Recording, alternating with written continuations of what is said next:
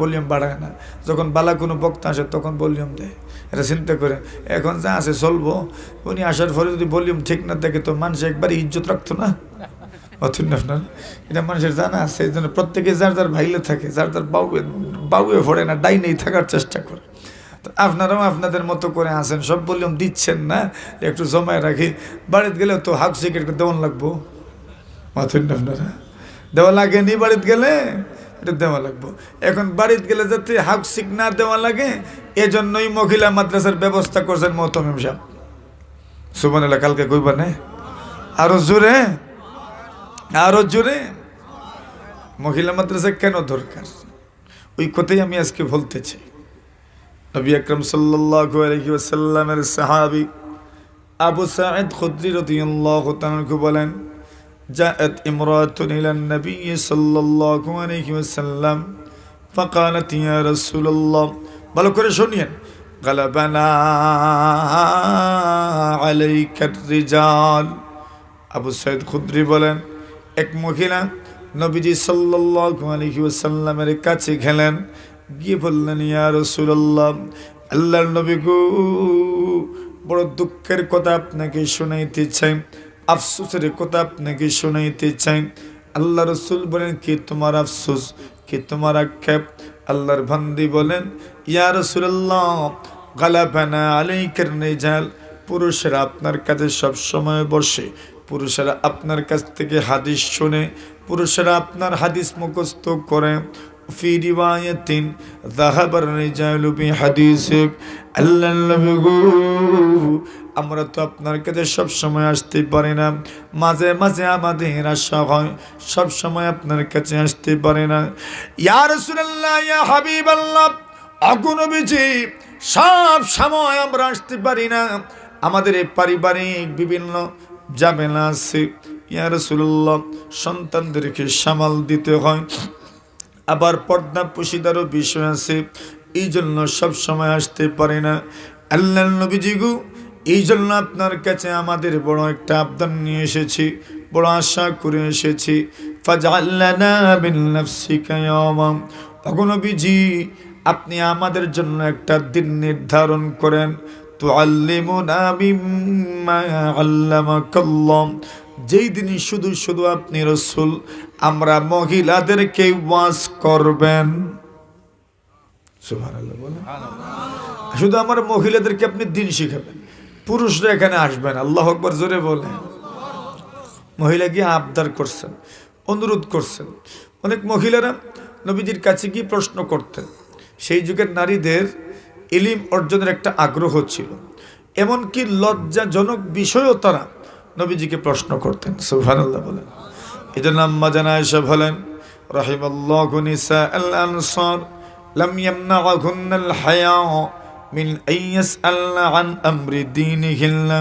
রাসূলের স্ত্রী আম্মা জান বলেন, আল্লাহ পাক আনসার তথা মদিনার মহিলাদের উপর রহম করুন, লজ্জার কারণে ইলমে দ্বীন অর্জন করার থেকে ওই মহিলারা বিরত থাকে নাই। আল্লাহু আকবার। লজ্জাজনক বিষয়গুলোও তারা প্রশ্ন করেছে। আল্লাহ রাসূল সাল্লাল্লাহু আলাইহি ওয়াসাল্লামের এক সাহাবী আব্দুল্লাহ ইবনে মাসউদ রাদিয়াল্লাহু তাআলা আনহু, নবীজির সাহাবীদের মধ্যে যাকে বলা হতো সবচেয়ে বড় আলেম, সমঝদার, ফকিহ, মুজতাহিদ, মুহাদ্দিস, হযরত আব্দুল্লাহ ইবনে মাসউদ রাদিয়াল্লাহু তাআলা আনহু, যাকে ইলমের জাহাজ বলা হতো। সমস্ত সাহাবায়ে কেরামের ইলম মাত্র 2 জনের মধ্যে এসে আল্লাহ তাআলা জমা করে দিয়েছেন। জোরে কোন? একজন আলী রাদিয়াল্লাহু তাআলা, একজন কে, আর একজন আব্দুল্লাহ ইবনে মাসউদ।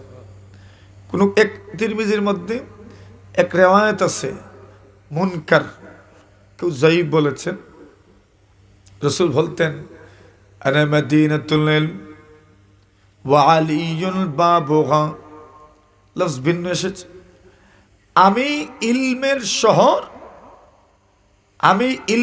শহর আর আলী সেই শহরের দরজা। যেরকম না,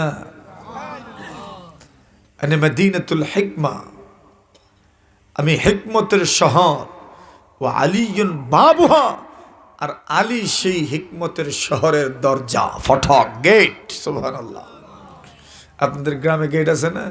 দেখলাম মহিদপুর গেট, কি দেখুন আসেনি, ফুলের ভরে গেট আছে। বলছেন আলী সেই ইলমের গেট।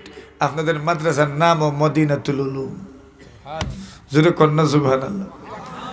ইলমের গেট, ইলমের শহর, ইলমের শহর, মদিনাতুল ইলম, মদিনাতুল উলুম। তো বলছেন আলী রাদিয়াল্লাহু তাআলা আনহু এবং হযরত আব্দুল্লাহ ইবনে মাসউদ, এদের মধ্যে সে ইলম জমা হয়েছে। সেই আব্দুল্লাহ ইবনে মাসউদের স্ত্রী, আব্দুল্লাহ ইবনে মাসউদ বড় গরিব ছিলেন, গরিব মানুষ। মাঝে মাঝে দেখবেন আমাদের বউবিনী যারা আছে এরার অর্থ সম্পদ স্বামীর যদি বেশি থাকে, বুঝেন না আপনারা? ও ঠিক না? আমাদের অনেকের চাইতে আমাদের স্ত্রীদের সম্পদ কম না বেশি? কেমনে বেশি? এরা মোহর একটা ফায়, যদিও দেন আমরা দেশের মানুষে, বুঝেন না? আমরা দেশের মানুষের দেয় না, দিলে তো এরার চাইতে আমরা ফকির।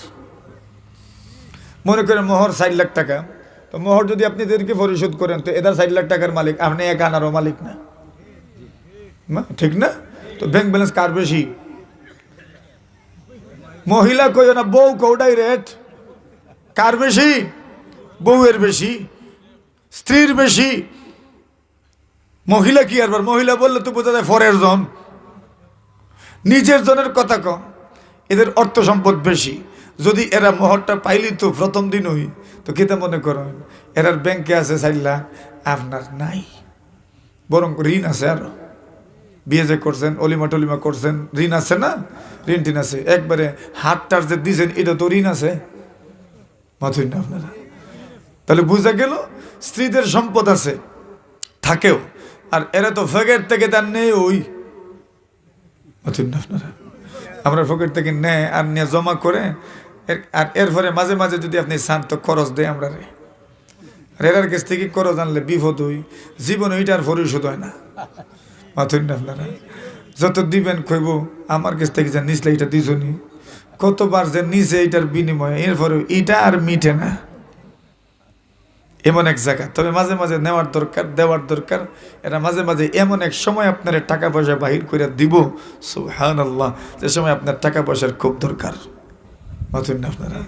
এই জন্য এদের এটা ভালোবাসার ঋণ, এটা ভালোবাসার খরচ, এটা ভালোবাসার ফেগেট চুর আছে। এরা মাঝে মাঝে ফিরে দেয়, বড় সুন্দর সময়ে ফিরে দেয়। এখন বলছেন আব্দুল্লাহ ইবনে মাসউদ রাদিয়াল্লাহু তাআলার স্ত্রী মালদার ছিলেন। রাসূলুল্লাহ ওয়াজ করছেন, ওই যে আগে হুজুর ওয়াজ করছেন, মেরাজ থেকে আসার পরে রাসূল মহিলাদেরকে বলছেন তাসাদ্দাকনা, সদকা করো তোমরা। আল্লাহ রাসূল বলছেন ফা ইন্নী উরিতুকুন্না আকসারা আহলিন নার। এখানে মিশকাত পড়া হয়, মিশকাতের মধ্যে হাদিস আছে যে রাসূল বলছেন আমাকে দেখানো হয়েছে তোমরা জাহান্নামী বেশি। মহিলাদের গায়ে লাগলো বিষয়টা, অবিমা ইয়া রাসূলুল্লাহ, ইয়া রাসূলুল্লাহ আমরা কেন জাহান্নামী? রাসূল বলেন তাকফুরনাল আশির ওয়া তুকসিরনাল লাআন। একটা হইল তোমরা স্বামীদের অকৃতজ্ঞ, আর 2 নম্বর হইল তোমরা বেশি লাআন তান করো, অভিশাপ দাও, গালিগালাজ তোমাদের মুখে বেশি, তোমাদের জবান ভালো না। এই 2টা কথা একবারে 100-র 100, মাথুন না আপনারা? ঠিক বড় আসতে কইছেন যে, জোরে কোন, সাহস নিয়ে কোন, বাড়িতে গেলে এরা জিগেলে জিগাও, জোরে সুরে, ঠিক না বে? ঠিক ঠিক। নবী আকরাম সাল্লাল্লাহু আলাইহি ওয়াসাল্লাম বলেন তাকফুরনাল আশির ওয়া তুকসিরনাল লান। এরা স্বামীর অকৃতজ্ঞ আর এরা লান তান বেশি করে, এদের জবানও সবার ভালো। তবে কিছু মানুষ আছে মাশাআল্লাহ, মহিলা আছে, এদের জবান বড় পাক আছে না, বড় পবিত্র জবান বলা আছে। আচ্ছা, এখন আব্দুল্লাহ ইবনে মাসউদের স্ত্রী বললেন এরে শুনছনি? বলে কি? রাসূল ওয়াজ করছেন সদকা করার জন্য। এখন আপনিও তো একবারে গরিব মানুষ, ফকির মানুষ, এখন আপনি একটু রাসূলকে জিজ্ঞাসা করে আসেন আপনারে সদকা দিলে আমার সদকা আদায় হইব কিনা। সুবহানাল্লাহ কইতানি একবার? দেখছেন নি কত ভালো স্ত্রী, কত ভালো স্ত্রী, যে স্বামীর হাত ভালো না, স্বামীর মানিব্যাগের স্বাস্থ্য ভালো না, স্বামীর পকেটের অবস্থা ভালো না, সুতরাং দেখি স্বামীর সদকা দিলে আমার সদকা কবুল হয়, তাহলে আর দূরের মানুষের কেন দিতাম, স্বামীরই দিলাম। কি মহব্বত! সুবহানাল্লাহ কইবানি একবার?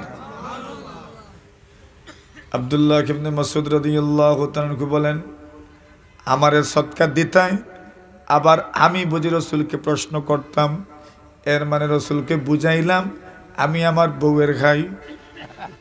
বুঝুন না আপনারা, কত কিছু চিন্তা করা লাগে। উনি বললেন সালি আনতি রাসূলুল্লাহ, তুমি যাও আর তুমি গিয়ে রসুলকে প্রশ্ন করো, আমি পারতাম না, তুমি প্রশ্ন করো। স্ত্রী মনে মনে বলেন দেখো, দিতামও আবার আমিও বুঝি প্রশ্ন করতাম। কিন্তু স্ত্রী বড় ভালো।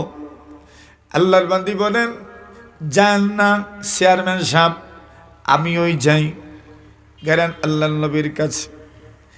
আল্লাহর বান্দি বলেন সেখানে যাওয়ার পরে দেখি আরেকজন মহিলা দাঁড়ায় আছেন।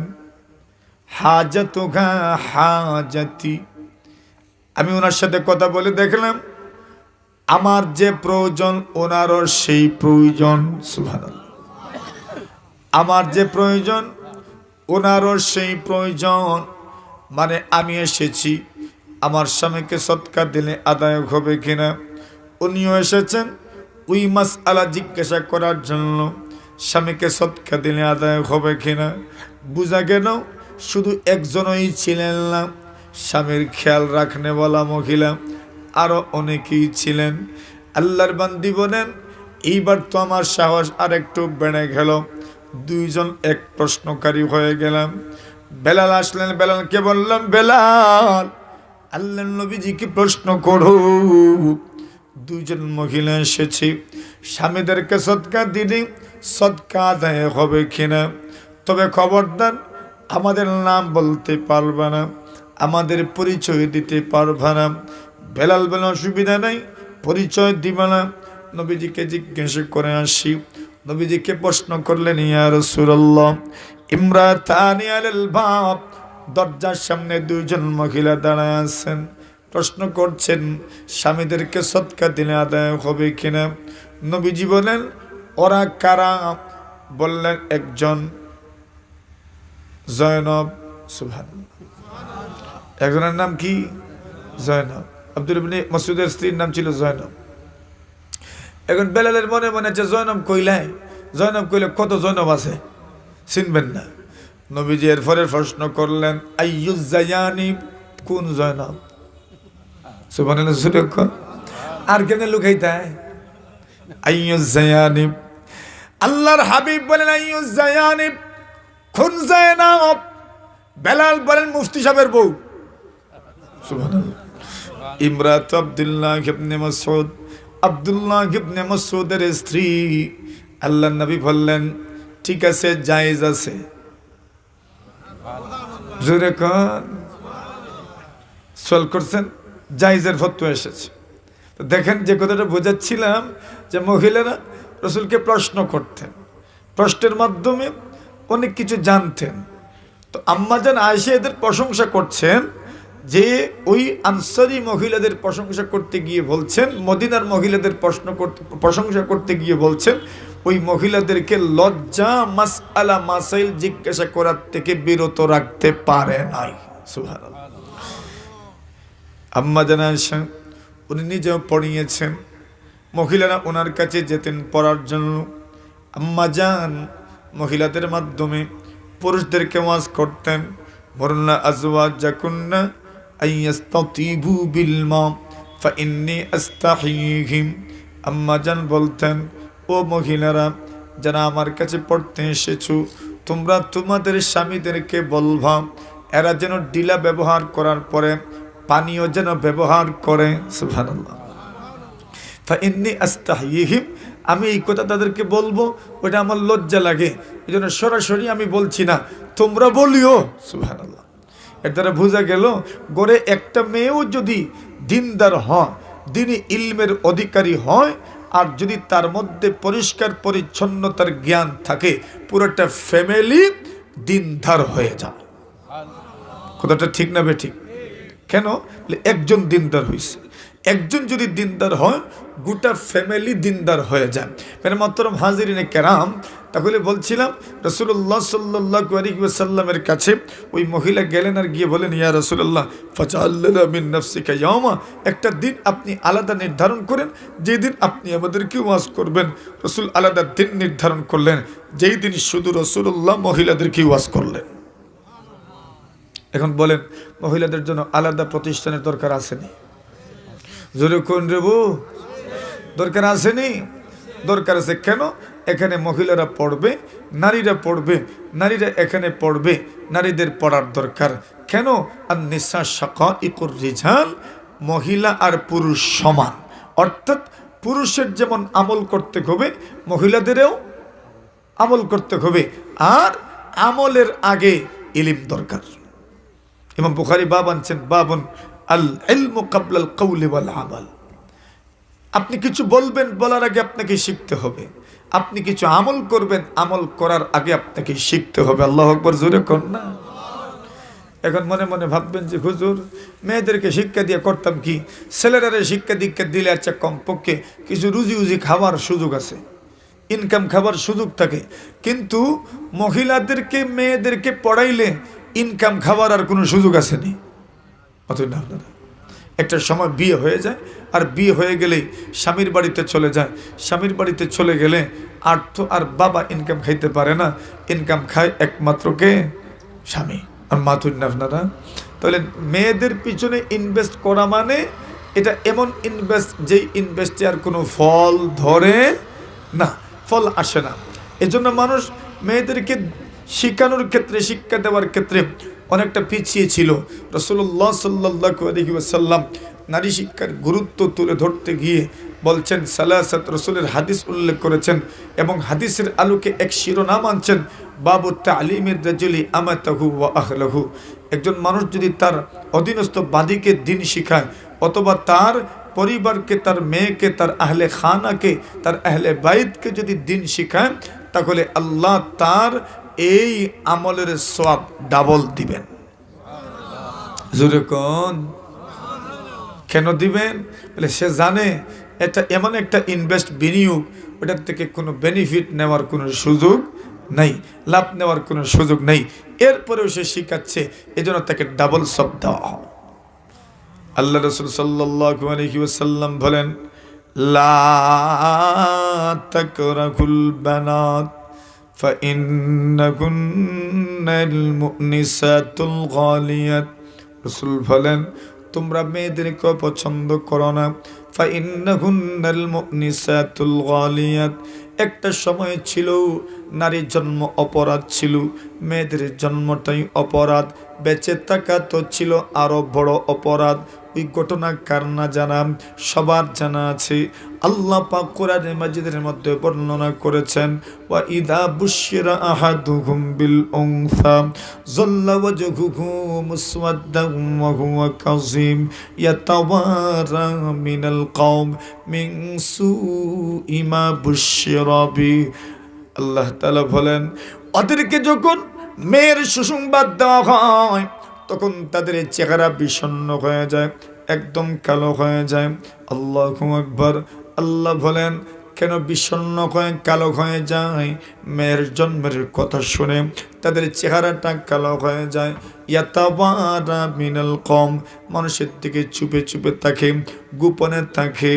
আয়ুমসিকুহু আলা হুন, চিন্তায় পড়ে যায়, দ্বিধায় পড়ে যায়। লাঞ্ছনা সহ্য করে মেয়েকে জীবিত রাখবে, আমি ইয়াদুসসুহু ফিত তুরাব, নাকি ওই মেয়েটাকে জীবন্ত মাটিতে গেড়ে ফেলবে। নাউজুবিল্লাহ বলেন। মানে সেই যুগে মেয়েদেরকে জীবন্ত গেড়ে ফেলা হতো। রাসূলুল্লাহ সাল্লাল্লাহু আলাইহি ওয়াসাল্লাম বলেন, এরে উম্মাহ শোনো, এরে আরবের মানুষ শোনো, মান কানাত ইনদাহু উনসা। আল্লাহর হাবিব বলেন, কোন মানুষের কোন মেয়ে সন্তান যদি জন্মগ্রহণ করে, ফালাম ইয়াইদহা, সে তার মেয়েকে জীবন্ত দাফন করলো না, ওয়ালাম ইউহিলহা, ওই মেয়ের অমর্যাদাও করলো না, ওয়ালাম ইউতিরু ওয়ালাদাহু যুকুর আলাইহা, তার ছেলে সন্তানদেরকে মেয়ের উপর প্রাধান্য দিল না। এক নম্বর হলো ফালাম ইয়াইদহা, ওই মেয়েকে জীবন্ত ঘাড়ল না। ওয়ালাম ইউহিনহা, ওই মেয়ের অমর্যাদাও করল না। ওয়ালাম ইউথিরু ওয়ালাদাহু যুকুরা আলাইহা, তার ছেলেদের উপর, তার মেয়ের উপর তার ছেলেকে প্রাধান্য দিল না। রাসূল বলেন ওই তিনটা মন মানসিকতা রাখার কারণে, ওই তিনটা সহজ আমল করার কারণে আল্লাহ রাসূল বলেন আদখালাহুল্লাহুল জান্নাহ, আল্লাহ তাকে জান্নাতের মেহমান বানায়া দিবেন। জোরে জোরে বলেন সুবহানাল্লাহ। আল্লাহর হাবিব বলেন উম্মত লা তাকরাহুল বানাত, তোমরা মেয়েদেরকেও পছন্দ করো না। ফাইন্নাকুন্নাল মুনিসাতুল গালিয়াত, রাসূল বলেন মেয়েরা হচ্ছে অন্তরঙ্গ সম্পর্ক স্থাপনকারিণী মহামূল্যবান সম্পদ। মেয়েদের চাইতে অন্তরঙ্গ সম্পর্ক আর কেউ স্থাপন করতে পারে না। জি বাবার ঘরে ছেলে আছে মেয়ে আছে, ওই বাবা জানেন ছেলেদের তুলনায় মেয়েদের মহব্বত যেরকম। রাসূল ওই কথাটাই বলছেন লা তাকরাহুল বানাত ফাইন্নাকুন্নাল মুনিসাতুল গালিয়াত। পৃথিবীর সবচেয়ে শ্রেষ্ঠ সমাজ বিজ্ঞানী মুহাম্মদুর রাসূলুল্লাহ সাল্লাল্লাহু আলাইহি ওয়াসাল্লাম বলছেন লা তাকরাহুল বানাত, মেয়েদেরকে অপছন্দ করো না। ফাইন্নাকুন্নাল মুনিসাতুল গালিয়াত, কেননা মেয়েরা হচ্ছে অন্তরঙ্গ সম্পর্ক স্থাপনকারিণী মহামূল্যবান সম্পদ।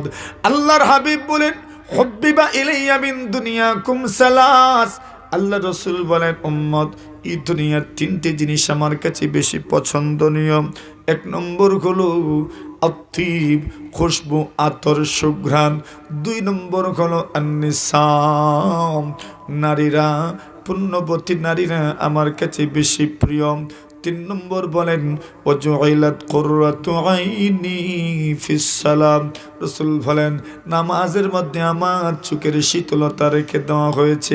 নামাজে লাগলে আমার চোখটা ঠান্ডা হয়ে যায়, মনটা ঝরে যায়, মনটা প্রশান্ত হয়ে যায়।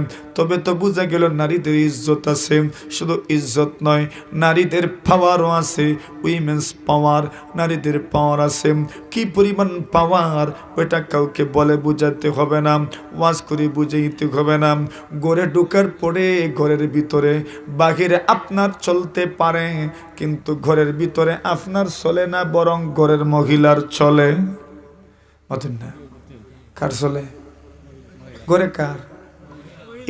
এরা যেটা কইবি তা করণ লাগবে আপনারে, মতন না আপনার। এরা যেমনি কইব ফালং কোন দিকে রাখবেন, এরা কইবি ই কোণে রাখেন, ই কোণে রাখতে রাখবেন না। একবারে যতদিন পর্যন্ত পরিবর্তন করবেন না ততদিন পর্যন্ত খালি খুঁড়াই খাইবেন, মতন না আপনারা। কেন এখন খালি ঘুমাইতা না খুঁড়া খাইতা, কইবা তুমি তোমার মতোই রাখো। সুতরাং এরা যেখানে যা রাখার কথা বলবে এটাই সঠিক, আর যা আছে সব বেঠিক। এখানে রাখবেন এটাই সঠিক। আল্লাহ রাসূল সাল্লাল্লাহু হাকিমুল ইসলাম কারি তাইয়্যিব সাহেব রাহিমাহুল্লাহু তাআলা বলেন নারীদের ক্ষমতা, নারীদের পাওয়ার, উইমেন্স পাওয়ার, নারীদের ক্ষমতা, নারীদের পাওয়ার, নারীরা যা বলবে তা করতে হয়। কথা বলেন ঠিক না বেঠিক? কেমনে?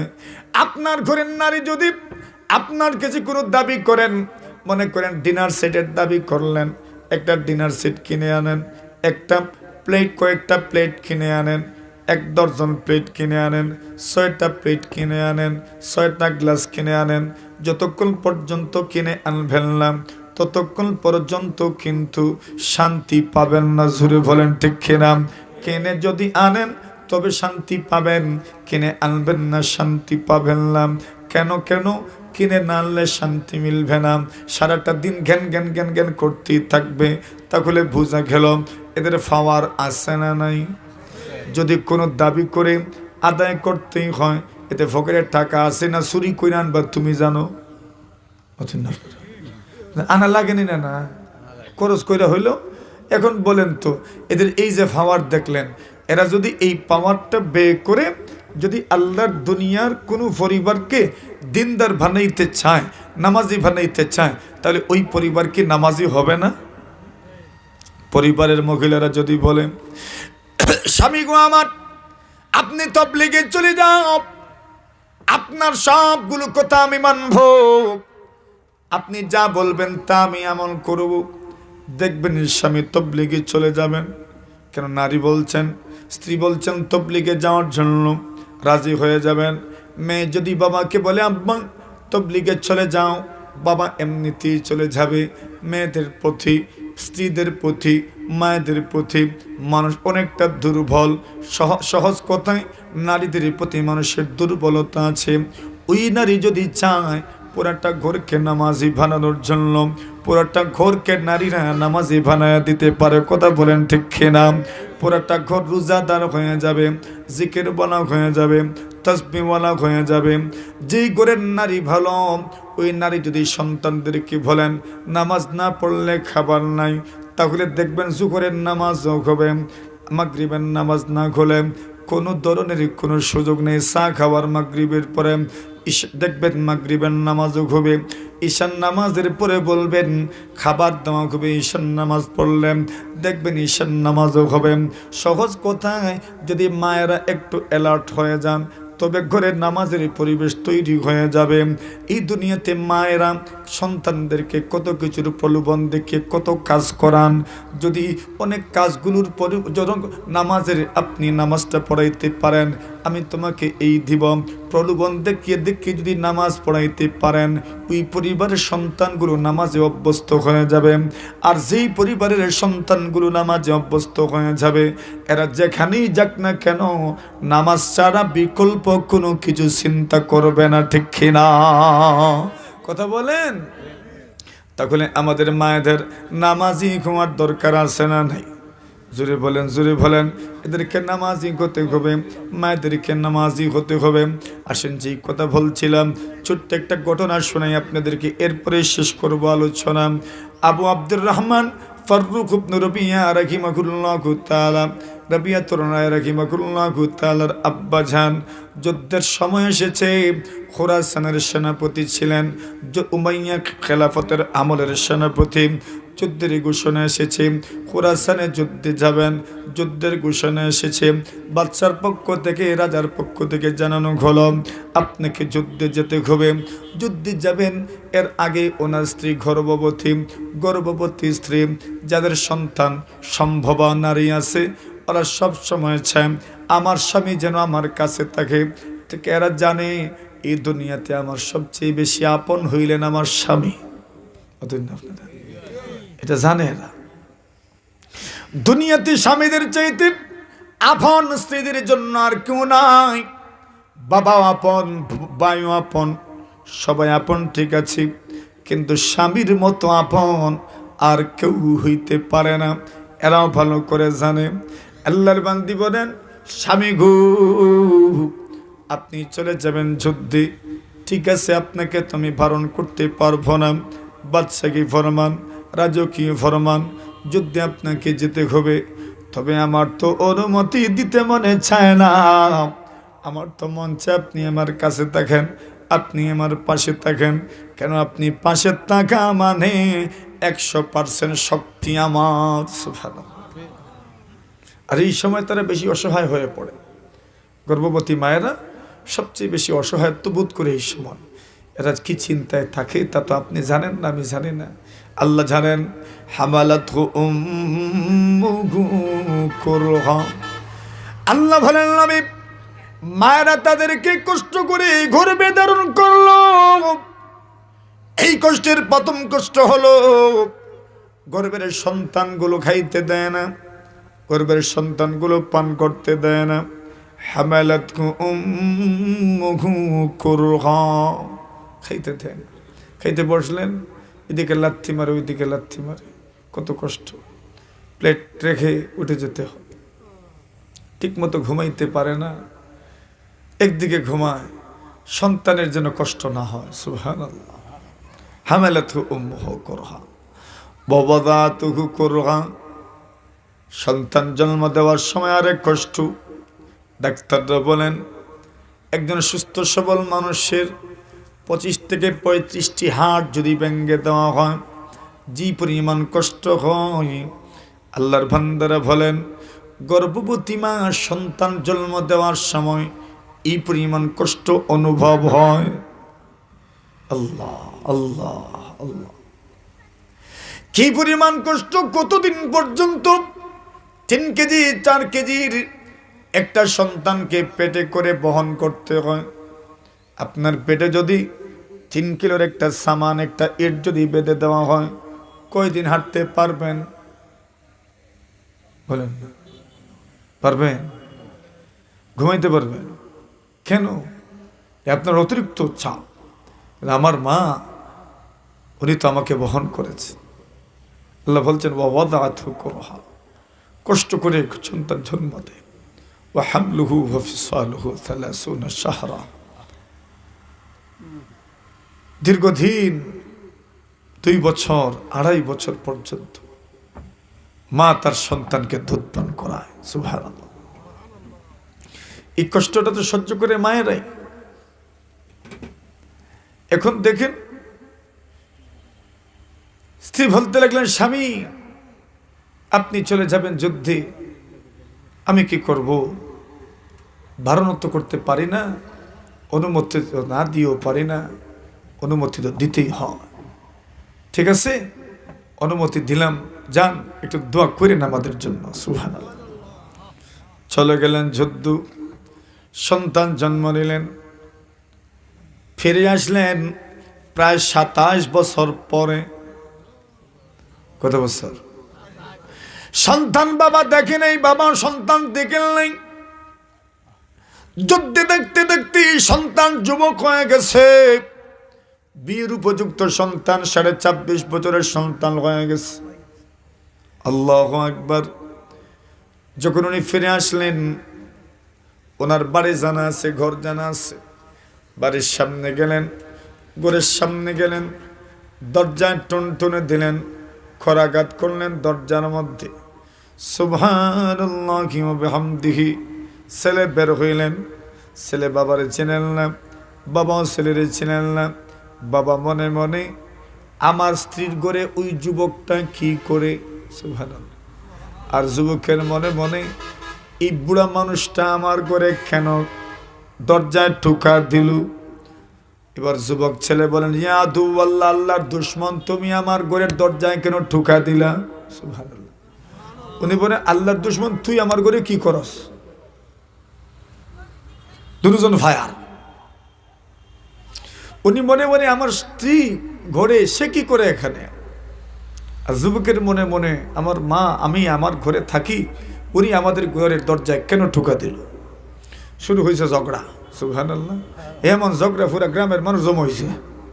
দেখছেন আমরা দেশের মানুষ ঝগড়া হইলে একবারে দৌড়ে দৌড়ে যায়। মাথুন না আপনার তামসা দেখতো, কেউ যদি একটু থুতু ফেলে এইভাবে যদি 1-2 মিনিট থাকে, মানুষ একবারে কমপক্ষে 2 আলি জমাইব। কি তৈছে? কি তৈছে? এখানে কিচ্ছু হয়েছে না, খালি সেপ পালাই একবারে সেপের দিকে তাকাই রয়েছে আর কি। মাথুন না আপনারা? আমরা দেশের মানুষ এই পরিমাণ হুজুকি মানুষ। এখন আল্লাহর বান্দা দুজন ঝগড়া শুরু করছেন, পুরো দেশের মানুষ। আস্তে আস্তে ইমাম মালিক রহমতুল্লাহ আলাইহি আসছেন। ইমাম মালিক রবিয়াতুর রায় রহমতুল্লাহ আলাইহির ছাত্র। এখন উস্তাদের সাথে মাইল লাগছে এক বুড়া মানুষের। বুড়া মানুষ আসলে উস্তাদের বাপ। সুবহানাল্লাহ বলে, উনি জানেন না আমার বাবা যে। ঝগড়া শুরু হয়েছে। ইমাম মালিক আসলেন। ইমাম মালিক আসাতেই সবাই যার যার মতো করে চুপ হয়ে গেলেন। ইমাম মালিক বললেন, সমাধান কি করা যায়? এবার মুরব্বীকে বললেন, আমরা তো আপনাকে প্রায় 25-26 বছর থেকে উনি এই ঘরে থাকছেন, আপনাকে তো আমরা দেখি নাই। জন্মের পরের থেকে উনি ওনার ঘরে, আপনাকে তো আমরা চিনি না, জানি না। উনি বলেন, আরে আমাকে কেমনে চিনবা? আমি তো 27 বছর পরে আসলাম। সুবহানাল্লাহ বলেন, আমি কত বছর পরে আসলাম? 27 বছর পরে। আপনার নাম কি? আমি হইলাম ফারুক ইবনে রবিয়া। জোরে বলেন না সুবহানাল্লাহ। এতক্ষণ পর্যন্ত স্ত্রী ঘর থেকে বের হন নাই, রবিয়াতুর রায় রহমতুল্লাহি আলাইহির মা ঘর থেকে বের হন নাই। এবার যখন শুনেছেন ফারুক ইবনে রবিয়া আর নিজেকে নিয়ন্ত্রণ করতে পারেন নাই, ঘর থেকে বের হইলেন আর বললেন, যাও সবাই যার যার মতো করে চলে যাও। এই যারা দুইজন ঝগড়া করছেন এরা হলেন বাবা আর ছেলে। জোরে বলেন, বাবা আর ছেলে। বাবা আর ছেলে ঝগড়ার কোনো মাহাসল নাই। উনি দুজনকে করে নিয়ে আসলেন, সন্তানকে বললেন ইনি তোমার বাবা, বাবাকে বললেন তোমার রেখে যাওয়া আমানত এই যে দেখছেন। সুবহানাল্লাহ। ফারুক ইবনে রবিয়া বলেন, প্রিয়তম গো, আমি তো তোমার কাছে 30,000 দিরহাম দিনার রেখে গিয়েছিলাম, ওইটা কি করছো? রইছে না? সব খরচ হয়ে গেছে। আল্লাহর বান্দি বলেন, স্বামী গো, খরচ হয়ে গেল কিনা রইল তারপরে একটু হিসাব নেন, আগে রেস্ট করেন, আরাম করেন, আর মসজিদের নববীতে যাইয়া আপনি নামাজটা আদায় করে আসেন। উনি বলেন ঠিক আছে। আসরের নামাজের জন্য মসজিদ নববীতে গেলেন। ওইখানে যাওয়ার পরে আসরের নামাজ আদায় করলেন। মিস দিয়েন না আসরের নামাজ ইনশাল্লাহ। বলেন জোরে রাসূল বলেন, মান তাফুতুহু সালাতুল আসর ফাকাদ হাবিতা আমালু। যার আসরের নামাজ কাজা হয়ে যায় তার সব আমল যেন নষ্ট হয়ে গেল।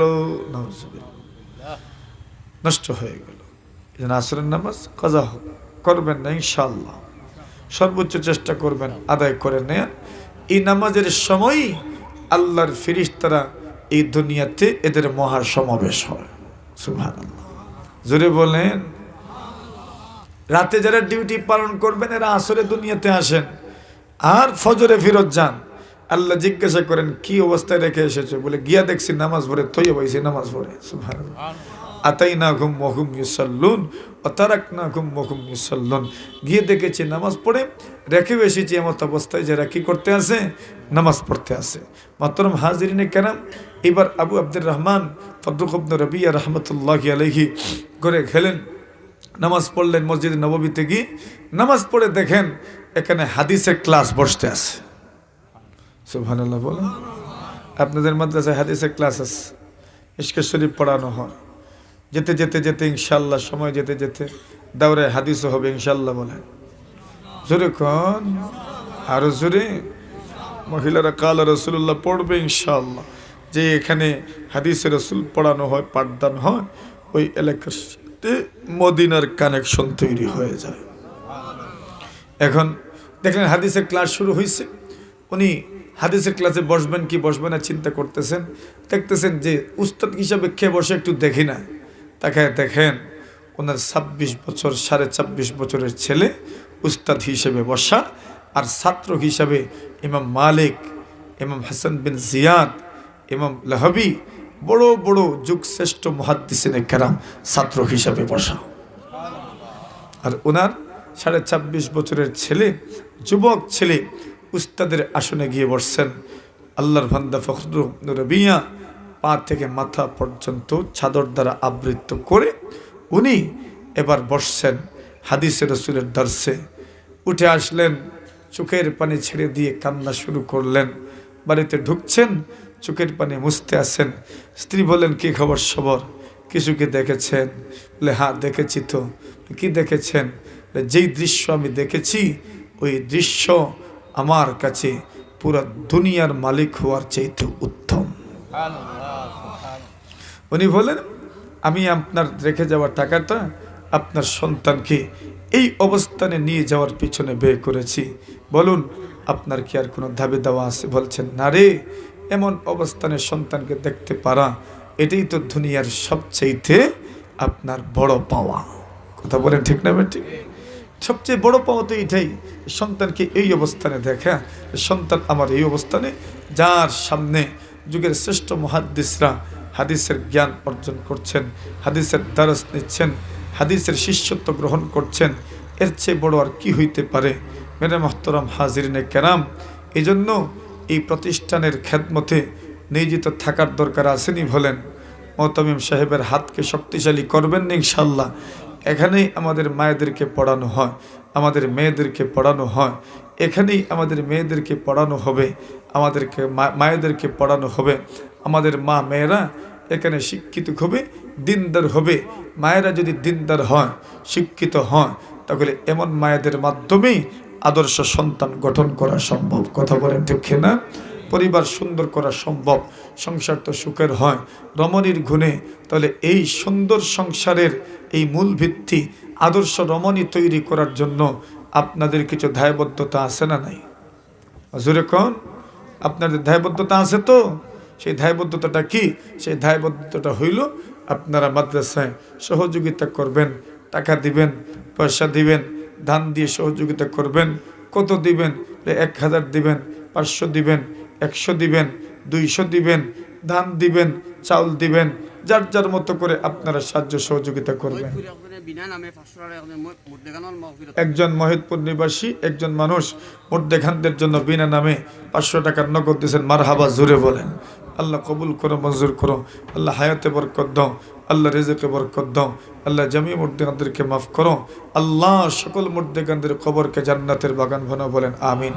দেখি কেউ আসেননি, নিয়ে আসেন। থাকলে আল্লাহ রসুল সাল্লাল্লাহু আলাইহি ওয়াসাল্লামের এই সুন্দর বাগানের জন্য আপনার এই সদকা খেরাত আল্লাহ রসুল সাল্লাল্লাহু আলাইহি ওয়াসাল্লামের এই সুন্দর বাগানের জন্য আপনারা নিয়ে আসবেন ইনশাআল্লাহ। আমাদের লুৎফুর রহমান সাহেব 5000 টাকা, 6000। নারে তাকবীর, জোরে জোরে তাকবীর দেন, আল্লাহু আকবার। আল্লাহ কবুল করো, মঞ্জুর করো। আল্লাহ হায়াতে বরকত দাও, আল্লাহ রিজকে বরকত দাও। আল্লাহ জমি মুর্দানদেরকে মাফ করো, আল্লাহ জমি হাজত পুরা করো। আল্লাহ আসমানি জমিনি বলা মুসিবত থেকে হেফাজত করো। সবাই বলি আমিন। 3 নম্বর কে আছেন যে হুজুর ইনশাআল্লাহ আমি একটু শরীক থাকবো আল্লাহ নবীর এই বাগানের জন্য?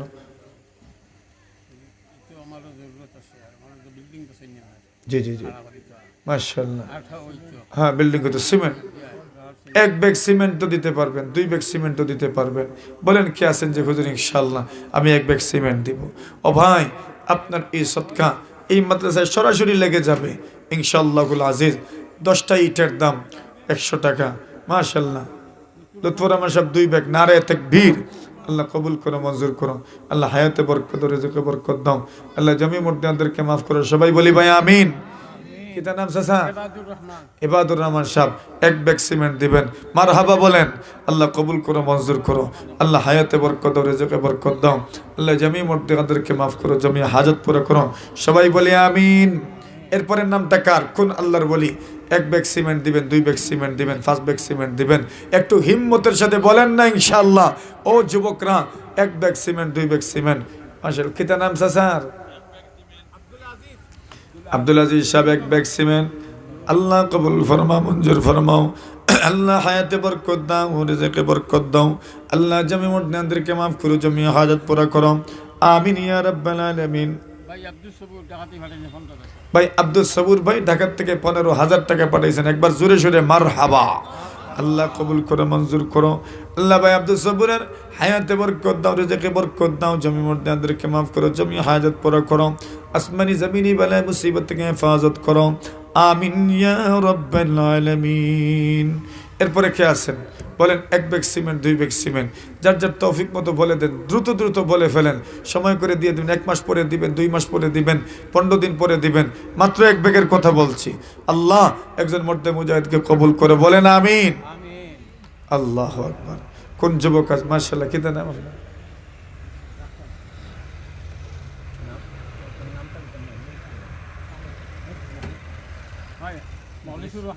মুখলিসুর রহমান সাহেব 2 ব্যাগ। আল্লাহ কবুল ফরমাও, মঞ্জুর ফরমাও।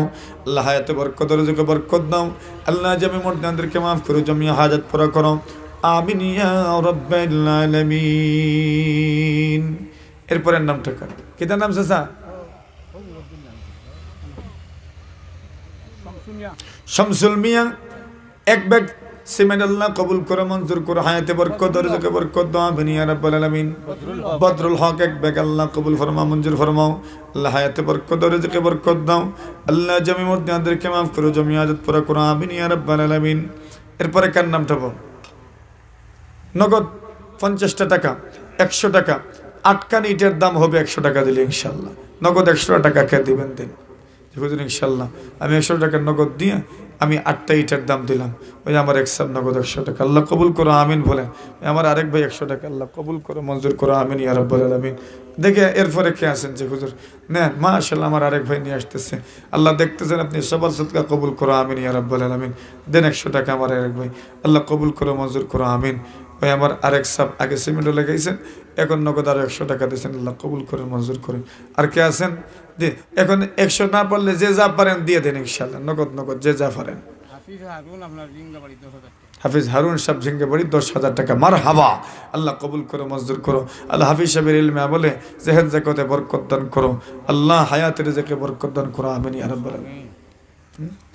আমার দিল্লার সাহেব দামাত বারাকাতুম 100 টাকা, আল্লাহ কবুল করো, মঞ্জুর করো। আল্লাহ হায়াতে বরকত রিজকে বরকত দাও, আল্লাহ জামি মুর্তিয়ানদেরকে মাফ করো, আমিন ইয়া রাব্বাল আলামিন। সুবহানাল্লাহি ওয়া বিহামদিহি সুবহানাল্লাহিল আযীম সুবহানাল্লাহি ওয়া বিহামদিহি সুবহানাল্লাহিল আযীম সুবহানাল্লাহি ওয়াল হামদুলিল্লাহ ওয়া লা ইলাহা ইল্লাল্লাহু আল্লাহু আকবার। যাক আলহামদুলিল্লাহ, মেহমানদের হাতে আপনারা দিবেন মুক্তসর এক দোয়া। আলহামদুলিল্লাহি রাব্বিল আলামিন ওয়াসসালাতু ওয়াসসালামু আলা সাইয়্যিদিল আমবিয়াই ওয়াল মুরসালিন ওয়া আলা আলিহি ওয়া আসহাবিহি আজমাইন। রব্বুল আলামিন আল্লাহ আজকের এই মাহফিলকে কবুল মঞ্জুর ফরমাও। মাহফিলের সমস্ত জরুরিয়াত আপনার গায়েব থেকে সাহায্য ফরমাও। মাদ্রাসার সমস্ত জরুরিয়াত আপনার গায়েব থেকে সাহায্য ফরমাও। আল্লাহ মাহফিলের ওসিলায় এলাকার মধ্যে রহমত বরকত হিদায়াতের খামার চালু ফরমাও। আল্লাহ সব মুর্দিগানদের কবরকে জান্নাতের বাগান বানাও। জিন্দাদেরকে নেক হায়াত দান করো, সবার হায়াতের রিজকে রুজিতে বরকত দান করো। ওয়াসাল্লাল্লাহু তাআলা আলা খাইরি খালকিহি মুহাম্মাদিন ওয়া আলিহি ওয়া সাহবিহি আজমাইন। আমিন আমিন বিরহমাতিকা ইয়া আরহামার রাহিমিন। আসসালামু আলাইকুম।